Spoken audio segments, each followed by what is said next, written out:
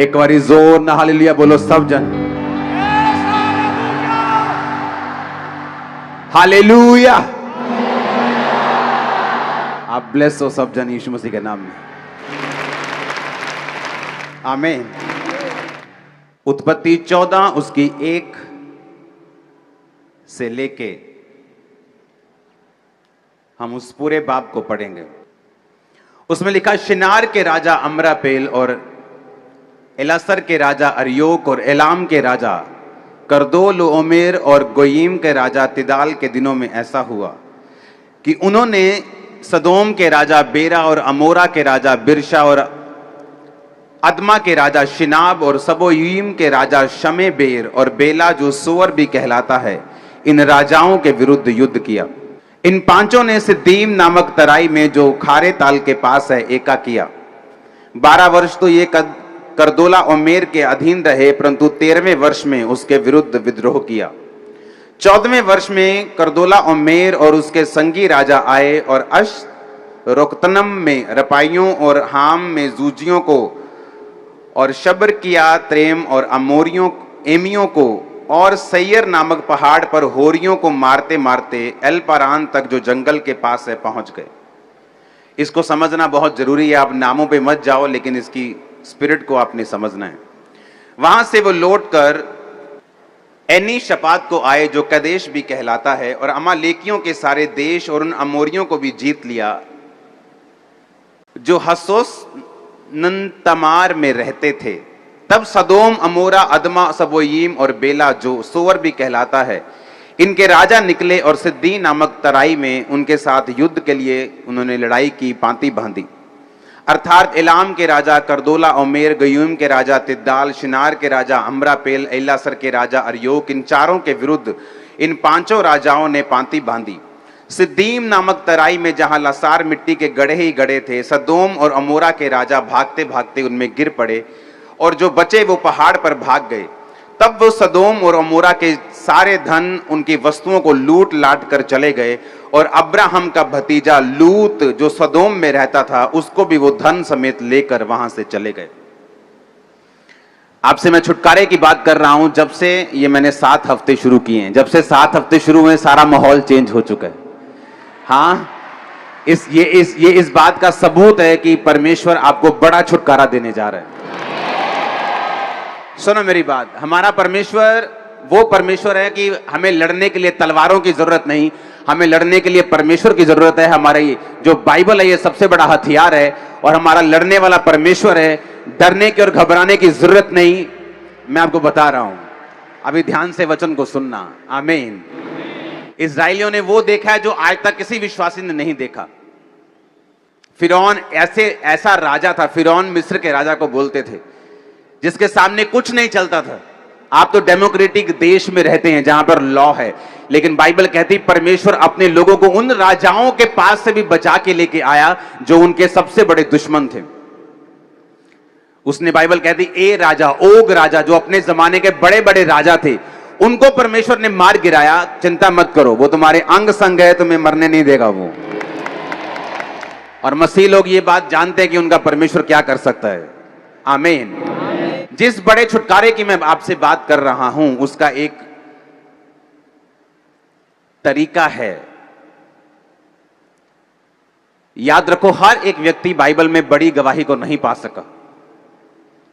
हर एक बंदा उत्थे नहीं पहुंच सका जिथे उन्हें पहुंचना चाहिए। बाइबल च लिखिया ਉਹੀ लोग ਜਿਹੜੇ परमेश्वर ਨੂੰ ਸਮਝਦੇ ਨੇ, ਜਿਹੜੇ परमेश्वर ਦੇ वचन ਨੂੰ ਸਮਝਦੇ ਨੇ, ਜਿਨ੍ਹਾਂ ਨੇ परमेश्वर ਦੀ आत्मा ਨੂੰ सुनिया, ਉਹੀ लोग पहुंच सके। अगर आज मुझे छुटकारा चाहिए तो बाइबल में तरीके लिखे, बाइबल में पैटर्न लिखा है, मुझे उसी पैटर्न को फॉलो करना है। आमीन। मैं हिंदी में इसलिए प्रीच कर रहा हूं ताकि जो दूसरी स्टेट्स के लोग हैं वो भी इस चर्च को सुनते हैं, पूरी इंडिया में सुनते हैं, ताकि वो भी सीख सकें और इस बड़े छुटकारे के भागी बन सकें। आमीन।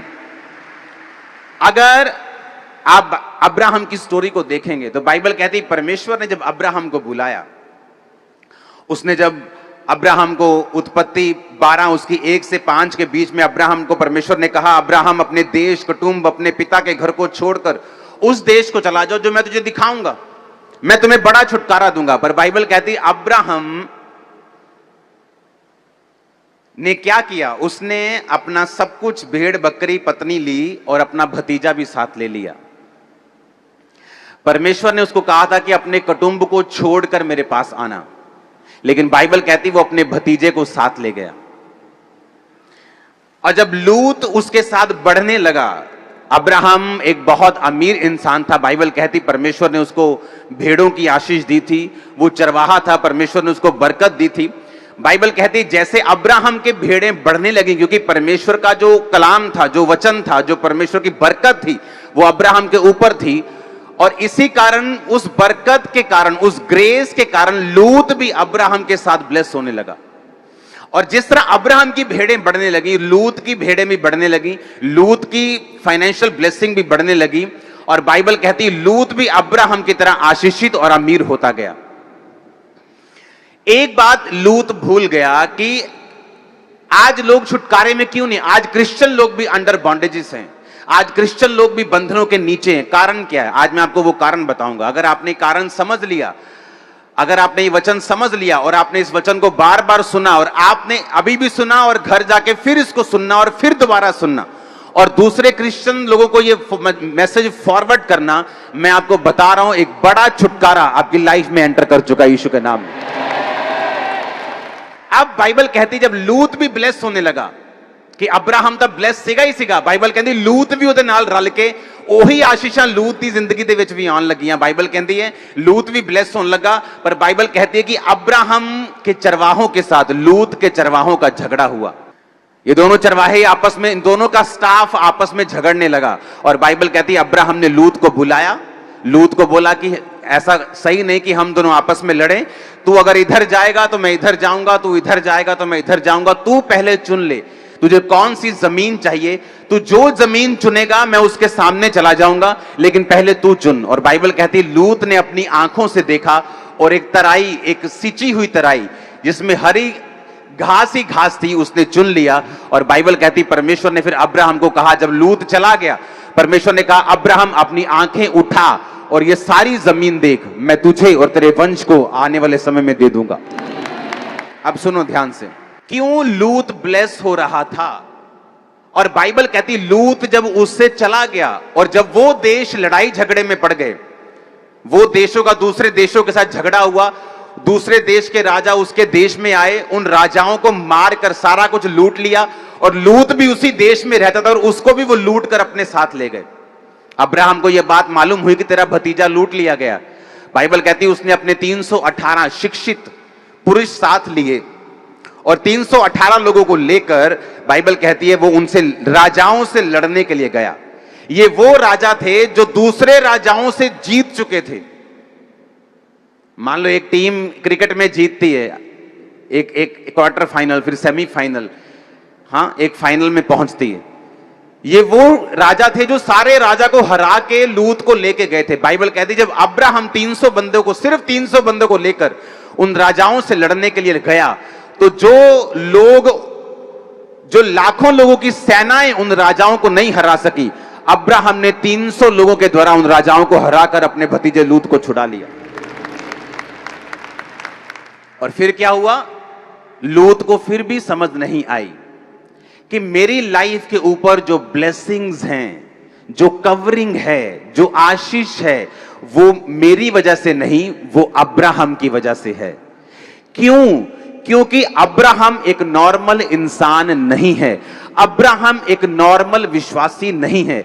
अब्राहम एक परमेश्वर का चुना हुआ एक अगुआ है, जिसके जरिए परमेश्वर अपनी महिमा को प्रकट करना चाहता है और जिसके जरिए परमेश्वर अपनी योजना को अपने इजरायली लोगों के ऊपर लेके आना चाहता है, जिसके द्वारा परमेश्वर आने वाले समय में वंशों तक अपनी महिमा को प्रकट करेगा। अब्राहम उस किस्म का इंसान है। अब मेरी बात को ध्यान से समझना, परमेश्वर पक्षपात नहीं करता। ऐसा नहीं कि वो लूत से ज्यादा प्यार करता है, कम प्यार करता है, और अब्राहम से ज्यादा प्यार करता है। तो दोनों इंसान, दोनों परमेश्वर ने लहू से मांस से बनाए, दोनों परमेश्वर ने अपनी आत्मा से सिरजे। लेकिन ऐसा क्यों कि परमेश्वर अब्राहम से ज्यादा प्यार करता है और लूत से नहीं? इसका रीजन है बहुत बड़ा। परमेश्वर इस धरती पर जो कुछ भी करता है उसका एक मकसद है। परमेश्वर ने पौलुस को चुना। परमेश्वर ने कहा पौलुस, अन्य जातियां तेरे द्वारा मसीह में आएंगी, अन्य जातियों को मैं मसीह में तुम्हारे द्वारा खींचूंगा। पौलुस कह सकता था परमेश्वर, मैं एक बड़ा पढ़ा लिखा, उस टाइम के बेस्ट स्कूल में पढ़ा हुआ, यहूदियों में बड़ा मान सम्मान रखने वाला इंसान बोल सकता था कि परमेश्वर, अगर तू मुझे यहूदियों में इस्तेमाल करेगा तो मैं ज्यादा इस्तेमाल हो सकता हूं, क्योंकि ये लोग मेरी पावर को, मेरी हैसियत को जानते हैं। लेकिन परमेश्वर ने कहा ना बल से ना शक्ति से, पर मैं जिसको भी इस्तेमाल करूंगा अपनी आत्मा के द्वारा करूंगा। परमेश्वर ने कहा मैं इन पढ़े लिखे लोगों में एक अनपढ़ पतरस को इस्तेमाल करूंगा और अन्य जातियां जो तुझे नहीं जानती मैं तुझे इस्तेमाल करूंगा। अब हुआ क्या? अब परमेश्वर ने पौलुस को चुन लिया कि पौलुस तो मेरे काम करेगा, अन्य जातियों को मेरी महिमा सिखाएगा। पौलुस कौन था? एक विरोधी, जगह जगह पे बांधने वाला, विश्वासियों को मारने वाला, विश्वासियों को तोड़ने वाला एक विरोधी। किसी के बोलने से मत डरना कलीसिया, जब परमेश्वर गिराने में आता है 2 सेकंड लगते हैं। परमेश्वर ने बार बार बाइबल में लिखा, उनका मुंह देख के तुम घबराना मत, तुम्हारा मन कच्चा ना हो। जब परमेश्वर की लाठी लगती है ना, 2 सेकंड लगते हैं बड़े बड़े सुरमाओं को गिरने में। आमीन। अब आपको बात समझनी है। बाइबल कहती है जब पौलुस गया अपने मिशन को लेके, कि मेरा मिशन है अन्य जातियों को तक परमेश्वर के काम को लेके जाना। पौलुस ये बात जानता था कि मसीहियत धर्म बदलना नहीं, मसीहियत जीवन बदलना है। मसीहियत परमेश्वर में आना है, मसीहियत पाप के लिए मरना और मसीह के लिए जी उठना है। उसने प्रचार करना शुरू किया।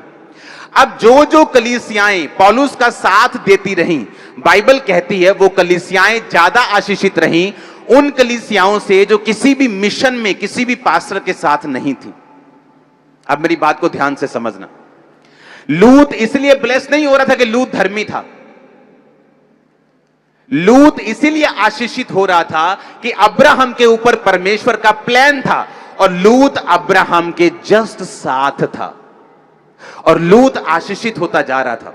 लेकिन प्रॉब्लम कहां होती? प्रॉब्लम तब होती है जब साथ रहने वाला व्यक्ति यह सोच लेता है कि ये आशीष जो है ये परमेश्वर मुझे डायरेक्ट दे रहा है, क्योंकि मैं भी यहोवा को मानता हूं, तो ये आशीष परमेश्वर की वजह से और मेरी बुद्धि की वजह से और मेरी प्रेयर की वजह से और मेरी लगन की वजह से मेरी जिंदगी में है। और यही गलती लूत ने की। उसे लगता था कि तू यहोवा को मानता तो मैं भी यहोवा को मानता हूं, तू परमेश्वर की सेवा करता तो मैं भी परमेश्वर की सेवा करता हूं, तू बलिदान चढ़ाता तो मैं भी बलिदान चढ़ाता हूं। आपका स्टाफ आपके भाई के स्टाफ के साथ लड़ाई नहीं कर सकता जब तक आप अपने स्टाफ के कान ना भरें। मेरी बात समझ आ रही है कि नहीं? आपके बच्चे आपके रिश्तेदारों को बुरा नहीं कह सकते जब तक आप अपने मुंह से उनकी बुराई बच्चों के सामने ना कर लें। तो लूत के चरवाहों में झगड़ा नहीं हुआ अब्राहम के साथ, ये लूत के कान भरे हुए थे।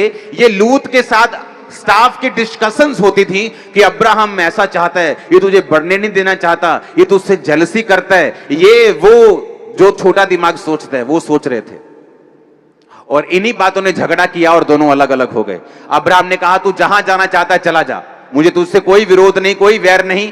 जहां जिस जगह को तू चुनेगा, तू लेफ्ट चुनेगा मैं राइट जाऊंगा, तू उत्तर चुनेगा मैं दक्षिण जाऊंगा, हम में झगड़ा नहीं होना चाहिए। अब्राहम को मालूम था कि वो परमेश्वर की वजह से ब्लेस है, लेकिन लूत परमेश्वर की वजह से नहीं, लूत अब्राहम की संगति की वजह से ब्लेस था, क्योंकि अब्राहम परमेश्वर के द्वारा बुलाया गया और चुना हुआ व्यक्ति था। अब मेरी बात को ध्यान से समझना। वो विश्वासी जो किसी भी मिशन के साथ जुड़े नहीं हुए, जो किसी भी ऐसी चर्च के साथ जुड़े नहीं हुए जिनका मकसद रूहें बचाना है, वो विश्वासी कभी भी उस तरह से ब्लेस नहीं हो सकते जिस तरह से आप लोग ब्लेस हो रहे हैं। अब वो कहेंगे क्या हम यहोवा को नहीं मानते? वो कहेंगे क्या हम यीशु को नहीं मानते? क्या हमने बपतिस्मा नहीं लिया? क्या हम परमेश्वर से प्यार नहीं करते? क्या हम टाइथ नहीं देते? ये बातें अलग हैं, लेकिन बाइबल कहती है इस धरती पे मेरा चुना जाना और आपका चुना जाना एक मकसद के तहत है। और जब आप मकसद वाले लोगों के साथ जुड़ जाते हैं और उनके विजन्स के साथ खड़े हो जाते हैं, आप पर वो ब्लेसिंग आती है जो उन्हीं लोगों के ऊपर है जिनके पीछे आप चल रहे हैं। सुनो, छुटकारा लेना और छुटकारे की बात करना अलग अलग बात है। परमेश्वर की बात करना और परमेश्वर को अपनी जिंदगी में टेस्ट करना, उसके छुटकारे को, उसकी ब्लेसिंग को, उसकी हीलिंग को अपनी फैमिली में, अपने घर में, अपने बच्चों में, अपने फाइनेंस में, अपनी स्पिरिचुअल लाइफ में, यह अलग बात है। और बिना वचन पे चले, बिना वचन की समझ के आप कभी भी इस छुटकारे में एंटर नहीं कर सकते, क्योंकि आपको इन वचन की समझ लेनी होगी और आपको वचन के मुताबिक चलना पड़ेगा। हालेलुया। अब आप देखो कि जो राजा दूसरे राजाओं को मारकर, जो भी अपने आप में बड़े राजा थे, वापिस जा रहे हैं। अब्राहम को मालूम होता तेरा भतीजा लूत भी बंदी बना लिया गया। दूसरे राजा उनके राजा को मार गए, उसको बंदी बना के ले गए, और अब्राहम 300 बंदों को साथ लेके जाता है, और बाइबल कहती है उन्हें छुड़ा के लेके आता है, उन राजाओं को मारकर वापिस आता है। और फिर से लूत देखो कितना नॉन सेंसिटिव, कितना नॉनसेंस व्यक्ति था। अब भी समझ नहीं आई कि मेरी ब्लेसिंग का कारण अब्राहम है, फिर भी वो वहीं रहने लगा जहां वो पहले रहता था। एंड में क्या हुआ? दूत आए, अब्राहम ने उन्हें पहचाना, अब्राहम ने कहा मेरे से खाना खा के जाना। खाना खा के वो गए, अब्राहम को बेटे की आशीष दे के गए। जाते वक्त बोल के गए कि हम सदोम अमोरा को नाश करने वाले हैं। और बाइबल कहती है लूत वहां था, उसने कहा परमेश्वर अगर वहां 50 धर्मी मिले क्या तू उन्हें नाश करेगा? परमेश्वर ने कहा नहीं। उसने कहा अगर 45 मिले तो, 40 मिले तो, फिर कहता 35 मिले तो, 30 मिले तो परमेश्वर ने कहा वहां 5 भी मिले तो मैं नाश नहीं करूंगा। और बाइबल कहती वो दूत लूत के घर में गए और लूत को बोला हम इसे नाश करने वाले हैं, बाहर निकला तो सिर्फ लूत बचा और उसकी बेटियां बची। उसकी पत्नी भी नमक का खंबा बन गई। जो कुछ लूत ने कमाया था सब कुछ वहीं छूट गया। और फिर लूत को समझ आई कि मेरी लाइफ में ब्लेसिंग एक मिशन के कारण थी, मेरे कारण नहीं थी। अगर वो लूत के कारण होती तो लूत की जिंदगी में वो आशीष बनी रहती। मैंने लोगों को देखा है पास्टरों के साथ जुड़ के ब्लेसिंग लेते हुए, जब गाते थे वो सामर्थ उतरती, जब बोलते सामर्थ उतरती, लेकिन जब उस मिशन से वो हट जाते थे सब कुछ परमेश्वर छीन लेता था वो चीजें। अब वही चीज वो करते थे लेकिन लोगों को सामर्थ महसूस नहीं होती थी।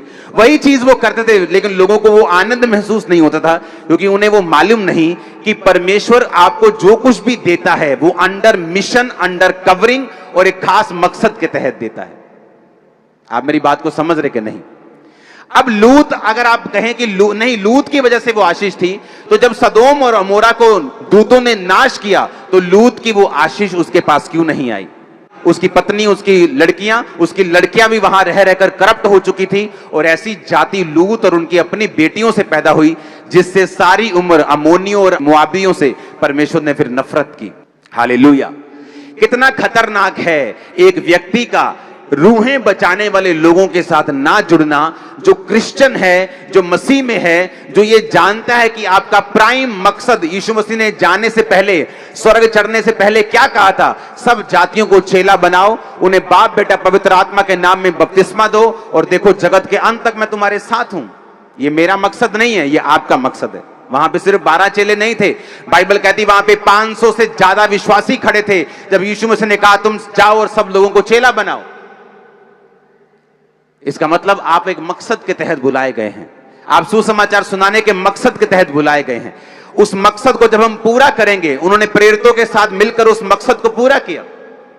किसी के पास घर था उसने घर बेच दिया, पैसे थे पैसे दे दिए, गोल्ड था गोल्ड बेच दिया, मिशन के कामों को कंप्लीट किया। पौलुस की सहायता की, पतरस की सहायता की, और वो खुद भी ब्लेस होते गए। गिनती में कलीसिया दिन प्रतिदिन बढ़ती गई। उन 12 को खत्म करने का यत्न किया गया। 400 करोड़ हो गए आज हम। हालेलुया। ये भूल जाओ कि क्रिश्चियन लोगों पे आप दबाव डाल दोगे तो क्रिश्चियन खत्म हो जाएंगे। अरे ये फूट निकलेंगे, इतने निकलेंगे तुम गिन नहीं पाओगे। ये तुम्हारी गिदड़ भपके से डरने वाले कोई नहीं है ये लोग। जब तुम मसीह में बपतिस्मा लेते हो तुम अपने लिए मर चुके हो, उसी दिन तुम मसीह में जी उठे हो। अब यीशु मसीह जानता है तुम्हारे साथ क्या करना है। आमीन। यीशु मसीह को मालूम था कि आने वाले समय में क्या होगा, वो सब जानता था। मत्ती 10 उसकी 26 से 42 आयत को पढ़ेंगे, उसमें लिखा है इसलिए मनुष्यों से मत डरना, क्योंकि कुछ ढका नहीं जो खोला ना जाएगा, ना कुछ छिपा है जो जाना ना जाएगा। जो मैं तुमसे अंधियारे में कहता हूं तुम उजाले में कहो, जो कानों कान सुनते हो उसे छतों पर से प्रचार करो। जो शरीर को घात करते हैं पर आत्मा को घात नहीं कर सकते, उनसे मत डरना। उससे डरो जो आत्मा और शरीर दोनों को नरक में नष्ट कर सकता है। क्या एक पैसे में 2 गुरैया नहीं बिकती? तो भी तुम्हारे पिता की इच्छा के बिना उनमें से एक भी भूमि पर नहीं गिरती।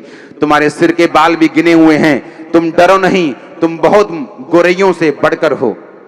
जो कोई मनुष्यों के सामने मुझे मान लेगा, मैं स्वर्ग के पिता के सामने उन्हें मान लूंगा। जो कोई मनुष्यों के सामने मेरा इनकार करेगा, मैं भी स्वर्ग के पिता के सामने उसका इनकार कर दूंगा। हालेलुया। लोग जा रहे हैं लोगों के घर में, बोल रहे हैं, ए तो अपने धर्म में वापस नहीं आया, तेरे को तेरे मरने पे नहीं आएंगे, तेरी शादी पे नहीं आएंगे, तेरा पिंड तेनू छड़ दूंगा। हाँ, और बाद में क्या बोलते हैं, तेरे ना कोई जबरदस्ती तो नहीं कर रहे काका। तो ये क्या, ये जबरदस्ती नहीं की, ये जबरदस्ती। क्रिश्चियन जबरदस्ती नहीं कर रहे, तुम लोग जबरदस्ती कर रहे हो। क्रिश्चियन कहां जबरदस्ती कर रहे हैं? और हमें कोई ऐतराज नहीं। अगर मेरी टीचिंग पर, खुदा की टीचिंग में दम होगा तो लोग मसीह में आ जाएंगे। अगर पवित्र आत्मा में चंगा करने की शक्ति होगी, चमत्कार करने की शक्ति होगी, तुम में से कोई भी किसी को रोक नहीं पाएगा। ज्यादा लोग परमेश्वर में आएंगे। हालेलुया। हमें कोई ऐतराज नहीं है। आमीन। हमें परमेश्वर पे इतना भरोसा है, उसकी टीचिंग पे, उसकी पावर पे इतना भरोसा है कि हमें ऐसा कोई जबरदस्ती करने की जरूरत नहीं। आमीन। किसी को पैसे देने की जरूरत नहीं, उसको यीशु मसीह दे दो बस।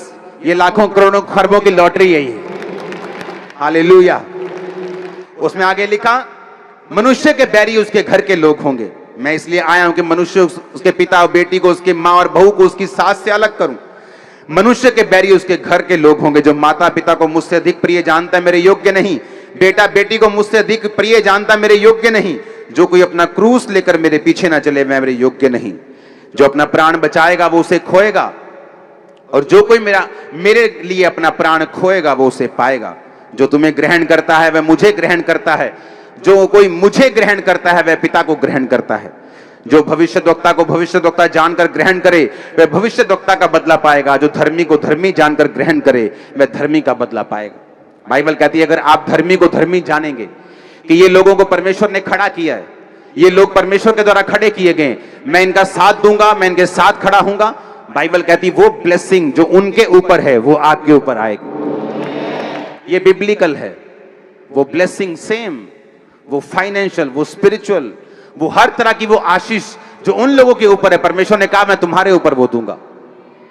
आमीन। ये एक पैटर्न है।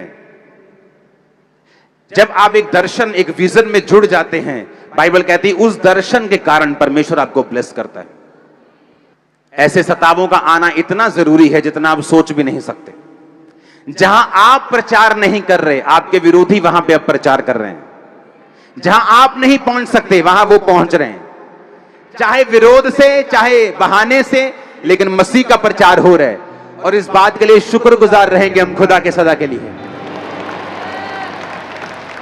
जहां आपका YouTube नहीं पहुंच रहा, जहां टीवी नहीं पहुंच रहा, वहां विरोधी पहुंच रहे हैं। वो भी देख रहे हैं, अच्छा पास्टर क्या होता है, अच्छा ये हीलिंग क्या होती है, अच्छा ये चमत्कार क्या होता है। बस उनको बताते जाओ नेगेटिव, एक दिन खुदा पॉजिटिव अपने आप कर देगा उनको। Don't worry. हालेलुया। ये जो प्रचार अभी शुरू हुआ है ना पंजाब में, ये परमेश्वर की ब्लेसिंग है पंजाब के ऊपर। कि अब हर बंदा मसीह का प्रचार कर रहा है, चाहे विरोध से, चाहे भली मनसा से, चाहे कलेश डालने के लिए, पर वो प्रीच कर रहे हैं। वो सारे हमारे भाई हैं, क्योंकि हम उनसे प्यार करते हैं, क्योंकि वो हमारा प्रचार कर रहे हैं। हालेलुया। हम उनकी ब्लेसिंग के लिए प्रार्थना करते हैं। आमीन। मैं कड़वाहट में नहीं आता हूं, क्योंकि मुझे पता है परमेश्वर क्या कर रहे हैं। बहुत से लोग सोशल मीडिया पे शेयर करते हैं दूसरे धर्म के लोगों की पिक्चर्स को, उनकी वीडियोस को, जहां वो मार कुटाई कर रहे हैं, एक दूसरे के बाल पकड़ रहे हैं, दाढ़ियां पकड़ रहे हैं। आपको ऐसा नहीं करना चाहिए। हमने लोगों के जैसा नहीं बनना। हमने कड़वाहट नहीं अपनी निकालनी है, हमने कड़वे नहीं होना, हमने तोहमत नहीं लगानी। हर जगह ब्लैक शीप्स होती हैं, हर धर्म के लोगों में काली भेड़ें होती हैं। तो एक दूसरे की कमियां हमने नहीं दिखानी। हम वो प्रीच करेंगे जो बाइबल में लिखा है। लंगड़ों को चलाएंगे, अंधों को दिखाएंगे, कोढ़ियों को शुद्ध करेंगे, वो सब करेंगे जो बाइबल में लिखा है, लेकिन कड़वे नहीं होंगे। किसी के धर्म की खिलाफत नहीं करेंगे। आमीन। हमें मालूम है यीशु मसीह ने हमें क्या सिखाया है। किसी से डरेंगे नहीं, किसी से घबराएंगे नहीं। जो करते थे और करेंगे, जबरदस्त करेंगे। आमीन। बाकी लोगों की बात तो इंडिया में, पंजाब में पास्टर्स के पास इतने लोग हैं जितने लोग इमेजिन भी नहीं कर सकते। मैं आपको सच कह रहा हूं। लोगों को 5000 लोगों को इकट्ठा करने के लिए 10-10 दिन काम करना पड़ता है। अगर पंजाब के पास्टर्स एक मैसेज कर दे, लाखों लोग सड़कों पे आ जाएंगे, मैं बता रहा हूं। लेकिन बात ऐसी है कि हमें कोई भी कड़वा नहीं कर सकता। हमें मालूम है परमेश्वर क्या कर रहा है। आमीन। आपको पता है दुनिया के 20% हिस्से के ऊपर रोमन साम्राज्य राज करता था, और बाइबल कहती है क्रिश्चियंस लोगों ने उस राज्य को चलाया। एक दिन वही क्रिश्चियन लोगों के खिलाफ वो साम्राज्य बन गया, और एक दिन फिर नाश भी हो गया। हम उस परमेश्वर को मानते हैं जो राज्यों को खड़ा कर सकता है और उन्हें गिराने की ताकत भी रखता है। मैं आपको सच कह रहा हूं। लेकिन हमें कड़वे होने की जरूरत नहीं, क्योंकि ये परमेश्वर का काम, वह हमारे भाई हमारा ही काम कर रहे हैं, हमारे काम को आसान कर रहे हैं, हमारे ही बोझ उठा रहे हैं। तो करने दो, एंजॉय करने दो। Hallelujah, hallelujah. अब जिसको नहीं भी पता यार ये पास्टर्स होते क्या हैं, ये लिखा क्या है बोर्ड के ऊपर, सर्च तो करो इंटरनेट पे, ये पास्टर्स होते क्या हैं। बस सर्च करो एक बार, फिर तुम जानो, खुदा जाने, हम जाने। करो तो सही सर्च। हालेलुया। करो तो सही, मिरेकल्स होते हैं कि नहीं, करो तो सही, सर्च करो। सुनो, विरोध अगर ना हो, बड़ी सारी क्लीनिंग हो रही है चर्च में। लोग देखते हैं अच्छा पास्टर्स खड़े होते हैं, वाह गाड़ियां आ गई, बड़ी बड़ी हजारों करोड़ों की बिल्डिंग्स आ गई, बड़े बड़े काम, हम भी पास्टर बनेंगे। लेकिन उन्हें यह मालूम नहीं कि जो फेक लोग हैं उड़ जाएंगे, वो डर जाएंगे, अब छुप जाएंगे, नजर नहीं आएंगे, हीलिंग नहीं करेंगे, डिलीवरेंस करनी भूल जाएंगे। उन्हें कुछ पता नहीं। अभी कोरोना के टाइम पहले बोलते थे यीशु मसीह ये कर सकता है, वो पास्टर फिर कहीं नजर ही नहीं आए कोरोना टाइम पे ऊपर।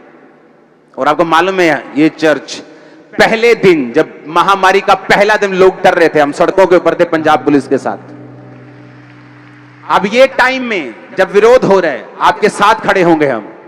अब कोई भी विश्वासी हो, किसी भी मिशन का हो, साथ खड़े होंगे। आमीन, हालेलुया। अब वो टाइम है जब परमेश्वर छांटी भी करेगा, क्लीनिंग भी करेगा। जो लोग पैसों के लिए खड़े हुए हैं, फेम के लिए खड़े हुए हैं, शौहरत के लिए खड़े हुए हैं, लड़कियां पटाने के लिए खड़े हुए हैं, सब भाग जाएंगे। हालेलुया। जब उनको डर लगेगा, अच्छा विरोध, ये विरोध भी हो रहा है, अच्छा इससे तो मेरा खतरा भी है, ये छोड़ो, कुछ और करते हैं। लेकिन जो खुदा के साथ प्यार करते हैं वो और बढ़ेंगे, वो खड़े रहेंगे। हालेलुया। जो पास्टर्स अपनी सेवा कर रहे हैं, उनको आजकल दिक्कत आ रही है कि उनके पास सर्टिफिकेट नहीं है।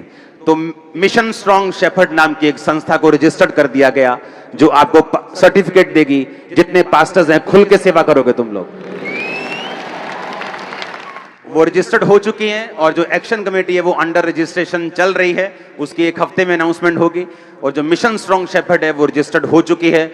उसमें जितने पास्टर्स के पास सर्टिफिकेट नहीं है, पूरे इंडिया में जहां से भी उनको कोर्स कराया जाएगा, वो ऑनलाइन कोर्स करेंगे, पास्टर की ट्रेनिंग लेंगे, ऑर्डिनेशन सर्टिफिकेट लेंगे, खुल के सेवा करेंगे, जहां मर्जी खड़े हो जाएं, कोई दिक्कत, कोई चैलेंज नहीं कर सकता। हर चीज पे काम हो रहा है, एक एक चीज पे। अगर मैं थर्सडे संडे यहां नहीं था तो एक एक चीज पे मैं काम कर रहा हूं, एक एक चीज पे जो पंजाब में चल रही है, इंडिया में चल रही है। Don't worry, don't worry. आपने शायद वो दिन नहीं देखे जो पुराने टाइम में जो हमने देखे हैं, मसीह में जब विरोध होता था, वो हमने जीता है, ये भी जीतेंगे। Don't worry. Mission strong shepherd अब बहुत जल्दी शायद बड़ी मीटिंग्स में अनाउंस हो जाएगा। तो अगले 15-20 दिनों में बहुत सारी अनाउंसमेंट्स हो जाएंगी, बहुत सारी चीजों पर काम होने शुरू हो जाएंगे। एक बात मैं आपको बताना चाहता हूं, खामरा चर्च पहले से सिक्योर है। जितने हमारे 3.5 लाख मेंबर्स हैं, खामरा चर्च को किसी भी कमेटी की जरूरत नहीं। हम अपने आप में कमेटी काम कर रहे हैं। और मैं हैरान हूं, जो पास्टर जिनकी चर्च छोटी चर्चेस हैं, ये उनके लिए है। तो मेक श्योर आप आप इस कमेटी के ऊपर फालतू का प्रेशर या फालतू के कमेंट्स इस पे ना करें। हुन एक थे जी, हुन एक काम, ए वाला काम क्यों नहीं? यार तुम्हारे खरीदे हुए नहीं है, हम लोगों को तुम तनख्वाह नहीं देते हो, हम लोग तुम्हारे कर्जदार नहीं हैं, हम प्रेम से खड़े हुए हैं भाइयों के बोझ के कारण। हमने कोई सीटें नहीं लेनी एमएलए की, ये कमेटी खड़ी करके हम सीटें ले लेंगे। हमने कुछ भी लेना हो तो हम अपने आप में इनफ है, सब कुछ ले सकते हैं, तो हमें कमेटियां कमोटियों की कोई जरूरत नहीं है। ये उन पास्टर्स के लिए हैं जिनके पास चर्चिस नहीं है, ये उन पास्टर्स के लिए हैं जिनको सिक्योरिटी की जरूरत है। पिछले दिनों में पास्टर्स पे हमला हुआ, एक्शन कमेटी वहां पहुंची, उसका इलाज करवाया, उसको बोला कि कितना तेरा खर्चा महीने का, उसके घर में खर्चा भेजा उतने महीने का, भेजते जाएंगे जब तक वो ठीक नहीं होता।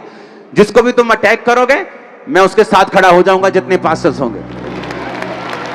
सुनो, पैसा लगता है उसमें। कितने लोग हैं, 1.5 लाख का चेक एक को भेजा, 1.5 लाख का चेक एक को भेजा, 1 लाख का चेक एक, 40-20 हजार एक भेजा, 20 लाखों रुपए खर्चा एक हफ्ते में किया।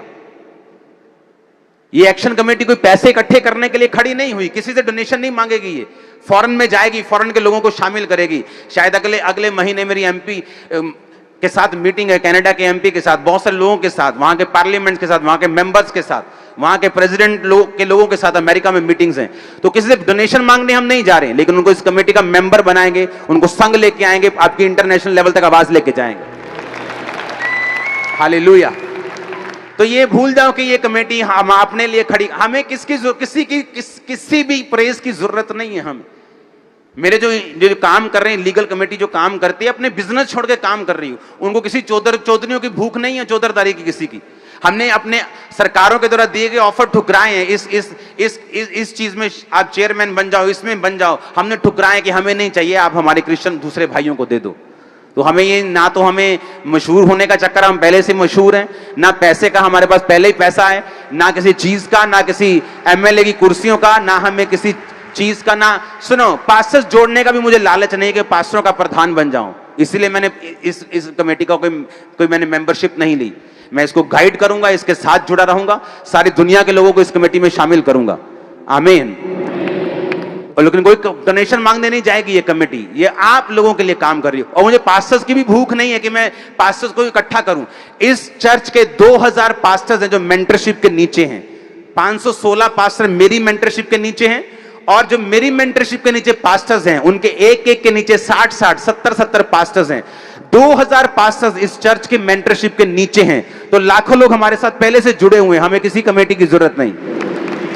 तो ये बात कान खोल के समझ के रखना, कोई कमेंट करने से पहले, कि आपको मालूम होना चाहिए कमेटी लोगों के लिए खड़ी हुई है, लोगों के फायदे के लिए। हमें पैसा खर्चने का कोई शौक नहीं है, हमारी चर्च का काम पड़ा है अभी, हालेलुया। लेकिन कौम से प्यार है और करते रहेंगे। जो लोग विरोध में भी खड़े थे ना, उनको भी प्रोटेक्ट करेंगे, कोई मिशन हो उसके साथ भी खड़े होंगे। आमीन। और जो आपको बोला गया वो होगा यीशु मसीह के नाम में। आमीन। ऊंचा बरकत तुम्हारी चर्च। Hallelujah, hallelujah. अब अगर मैं छुटकारे की बात कर रहा हूं तो आपको यह बात समझ आनी चाहिए कि मुझे छुटकारा तब मिलता है और तब बना रहता है जब मैं एक मिशन के नीचे हूं। अपने पड़ोसी को बोलो, एक मिशन के नीचे हो। आमीन। अब वो मिशन नाम का नहीं होना चाहिए, वो मिशन काम का होना चाहिए। उसका पहला मकसद रूहें बचाना होना चाहिए, उसका पहला मकसद सुसमाचार लेके जाना होना चाहिए। जब आप एक मिशन के नीचे अपनी जिंदगी, अपना फाइनेंस, अपना परिवार, अपनी ताकत, अपनी सब कुछ चीजों को दे देते हैं, परमेश्वर उन पर बरकत देता है। वो आपके परिवार को बरकत देता है, वो आपके रास्तों को साफ करता है। आमीन। ऊंचा ये बरकत आपकी है चर्च। हालेलुया। अपने पड़ोसी को बोलो, एक विजन के नीचे आ। अपने पड़ोसी को बोलो, एक मिशन के नीचे आ। जिस तरह अब्राहम के साथ लूत था और लूत ने बरकत पाई, और पौलुस की कलीसिया ने बरकत पाई। अपने पड़ोसी को हाथ उठाकर कहो, तू और तेरा परिवार आज से बरकत को पाएंगे यीशु मसीह के नाम में। बोलो बोलो पड़ोसी को, तू और तेरा परिवार आज से बरकत को पाएंगे। अब आपको यह बात ध्यान से समझनी है। बाइबल कहती परमेश्वर ने अलग अलग लोगों को अलग अलग वरदान दिया है। जब मैं एक्शन कमेटी की कॉल करूंगा तो बहुत से लोगों की मुझे जरूरत पड़ेगी जो उसके टेक्निकली उसके उस सॉफ्टवेयर को, उन चीजों को संभाल सके। आप में से लोग आएंगे, मुझे मालूम है। जब अलग अलग सेवा होगी, जब फाइनेंस की जरूरत होगी तो आप में से लोग उठते हैं जो फाइनेंस को बोते हैं। जब दरी बिछाने का टाइम है, आप ही लोग बिछाते हैं। बाइबल कहती जिसके पास जो वरदान है वो उस मिशन में लगाए। अगर उस वरदान को वो परमेश्वर के मिशन में नहीं लगाता, बाइबल कहती है वो अपनी आशीषों को एक दिन गवा देगा। क्योंकि बाइबल कहती है तुम जितने मर्जी यहोवा को मानने वाले हो, लेकिन परमेश्वर अपने वचन के बाहर कभी भी काम नहीं करता। लूत को एक बार समझ नहीं आई, उसे लगता था कि मेरी वजह से ब्लेसिंग है, वहां चला गया, राजा लूट के ले गए। तब भी दिमाग में नहीं आई कि अगर परमेश्वर मेरे साथ होता तो राजा मुझे लूट कर नहीं लेके जाते। फिर भी समझ नहीं आई, वापिस वहीं चला गया, फिर वहीं रहा, और कुछ साल के बाद वो नाश हो गया, वो देश ही नाश हो गया, परमेश्वर ने उसे नाश कर दिया। और अंत क्या हुआ कि उसकी बेटियों के द्वारा अम्मोनी, मुआबी ऐसी जाति पैदा हुई जो परमेश्वर की हजूरी में नहीं आ पाते थे। परमेश्वर ने अपनी हजूरी में आना मना कर दिया था। वो पापी जाति पैदा हुई, परमेश्वर उनसे नफरत करता था। मेक श्योर जो दर्शन परमेश्वर ने आपको दिया है, जो सेवकाई परमेश्वर ने आपको दी है, जो अगुवे परमेश्वर ने आपको दिए हैं, अपनी हर गिफ्ट से, अपनी हर ताकत से उनके साथ खड़े होना है। यह आपकी बरकत का कारण होगा, यह आपकी ब्लेसिंग का कारण होगा। Hallelujah, hallelujah. और इसीलिए परमेश्वर ऐसे सिस्टम दे रहा है कि दूसरे पास्टर्स भी इन चीजों में अब शामिल हो सकें, दूसरे पास्टर्स भी सेवकाइयों में शामिल हो सकें, वो भी अंडर कवरिंग में आए और अंडर कवरिंग रह के काम करें, ताकि परमेश्वर उनको बरकत दे सके, उनको सुरक्षित रख सके। क्योंकि हर एक के ऊपर मेंटर का मसा नहीं है, हर एक व्यक्ति के ऊपर अब्राहम का मसा नहीं है, हर एक व्यक्ति के ऊपर मूसा के जैसा मसा नहीं है। हर एक व्यक्ति को परमेश्वर ने अलग अलग तरीके से और अलग अलग मकसद से चुना है। कितनों को मेरी बातें समझ आ रही?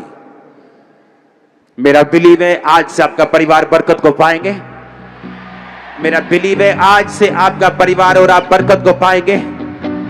मेरा बिलीव है आज से आप और आपके परिवार के ऊपर पवित्र आत्मा उतरेगा और पवित्र आत्मा से आप भरेंगे। मेरा बिलीव है वरदानों के साथ आप भरेंगे यीशु मसीह के नाम में। मेरा बिलीव है आप बड़े बड़े कार्य परमेश्वर आपके द्वारा करेंगे यीशु मसीह के सामर्थी नाम में। आमीन हो जाए ये बरकत तुम्हारी ये चर्च। हमारे YouTube चैनल को सब्सक्राइब करें ताकि आप परमेश्वर के गहरे वेदों को जान सकें कि कैसे आप परमेश्वर में बढ़ सकते हैं, कैसे आप दुष्ट आत्माओं से, नशों से, बीमारियों से और वंशों के श्रापों से आजाद हो सकते हैं।